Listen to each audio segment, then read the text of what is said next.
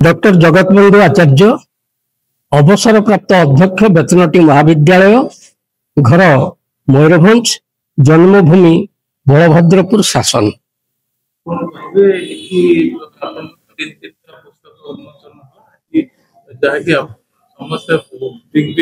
महारथी जो मैंने ना अच्छी लेखक कवि बहुत उत्साह कर मोर उत्साहटा बड़ कथा नुहे, उत्साह सृष्टि करवाटा मोर अभिप्राय। मो जीवन में 18-19 खंड बही लिखि सारी एवं सबुगुड़िक बेसी प्रायोरिटी देछि ए भुवनेश्वर रे उत्सर्ग करबा पई एवं लोकार्पण करबा पई। तार मोर गोटे अभ्यास, हम साहित्य को ठीक भाव में वितरण करि पारुना हो बोली पाठकीयता कमी जाउछि। एठी गोटे 3 पीढ़ीर महायज्ञ मु करबा को चाहूछि। जो मन को कहउचंती ओडिशार धुरीण प्रवीण एवं नामजादा साहित्यिक से मंच रे बसई सामने तरुण तुर्की मान को जीवन संग्राम संघर्ष इतिहास साहित्य भितर शुणेले साहित्य बंचिब एवं साहित्य परंपरा एवं परिवार मार्जित भाव में बंची रहिबो। नले मु लेखिली डस्टबिन को चली जीवो, मु आपनकर पढ़िबी नहीं, आपन मोर सुनिबे नहीं। तेणु गोटे परंपरा एवं ऐतिह्यटा को बजाई रखिबा पई उड़िया अस्मिताटा को मर्यादा देबा पई भुवनेश्वर माटी रे मु भंज माटी रो चली आसी एकाम्र माटी रे साहित्य को अन्य मान को देबा पई आसी। ये मोर स्वप्न।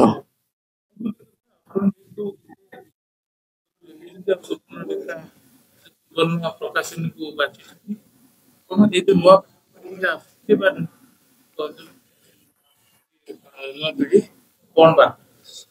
नुआ पीढ़ी को तो सही वार्ता जो छापिले बड़ कथा नुहे। मो गाँ मटी को मु भूली नहीं। सुवर्ण रेखार कूलर प्रकाशकटा पाखरे मोर बहीटा छपा जीव, भुवनेश्वर माटीर पाठक पाखरे बंटा जीव, साहित्य बही आसीबो राजधानी को। राजधानी रे बुझिले बड़ बोली बड़े फुटिले भी तार पूजा होची एकाम्र नगरी। अति संवेदनशील प्रसंग उपस्थापन कले। वास्तव में मुझे मन पकाऊँ आप प्रश्न सहित दिवंगत कवि प्रख्यात कवि ब्रजनाथ रथ को सी मत कही बालेश्वर हूँ ओडिशार द्वितीय प्रिंटिंग प्रेस एवं ओडिशा प्रथम साहित्य पत्र उत्कल दर्पण प्रकाशन स्थान।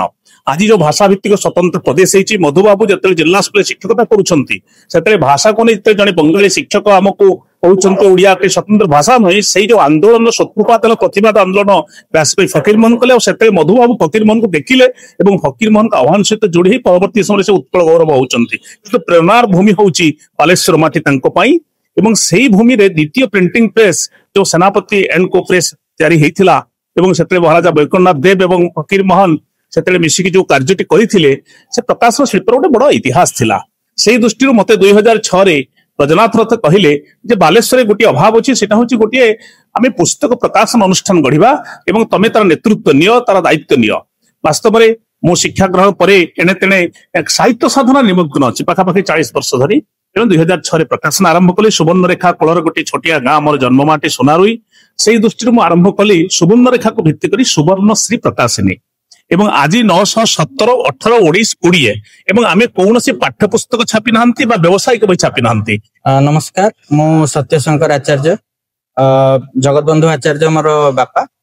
सी तांकर लेखा लेखी प्रति बहुत रुचि रही आ लेखि आसुचंती बोधे आज को 50 वर्ष हम से लेखि आसुचंती कहले किछि भूल हो ना। से तांकर उत्कल यूनिवर्सिटी पढ़िवा दिनरु से लेखा लेखि आरंभ करचंती। इस्ताहार जिते आरंभ होता जोटा नित्यानंद शतपथी करथिले तार प्रथम भाग रे सी लिखिथिले, किंतु कालक्रमे सी ताको आगो को बढ़ाई पारलेनी। तापरे ताको पुणी नित्यानंद शतपथी हाथ को नहीं आगो को बढ़ाई। डॉक्टर जगतबंधु आचार्यंकर बड़ झियो रोशनार आचार्य। पुस्तक आपको भी इतनी श्रद्धा रही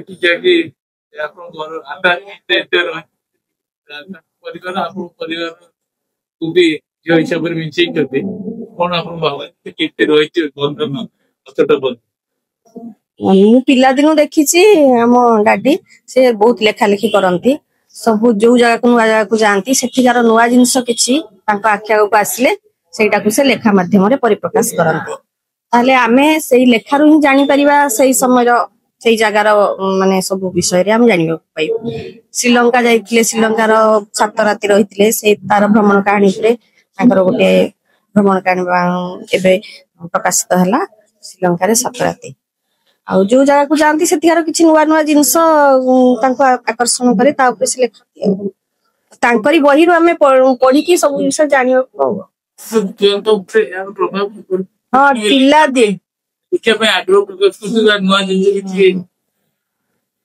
ପିଲାଦିନୁ ଆମ ପରିବାରର ସବୁ ପିଲାମାନେ ତାର ଜେଜେବାପା ଅଜାଙ୍କଠୁ ସେଟାର ପ୍ରେରଣା ପାଇଛନ୍ତି ଲେଖା ଲେଖି, ଯୋଉଟା ତାଙ୍କ ଜୀବନରେ ଆଗକୁ ବଢିବାରେ ସହାୟକ ହୁଏ।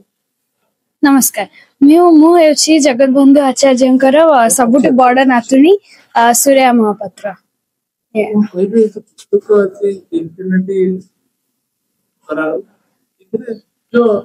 ଲେଖା କଣ ରହିଛି ଯେମିତି ଲୋକ ଯୋଉମାନେ ପାଠକୁ ଆକର୍ଷଣ କରିବ ଆଉ ମାନେ ଆଗ୍ରହ ସହ ଆକୁ ନେବେ? ଆଚ୍ଛା, ଠିକ 25 ବର୍ଷ ତଳେ ମୁଁ ଜନ୍ମ ହେଇଥିଲି ଏବଂ ମୋ ଅଜା ସବୁଠୁ ତାଙ୍କର ପ୍ରଥମ ବହି ଲେଖିଥିଲେ ପୁସ୍ତକଟି।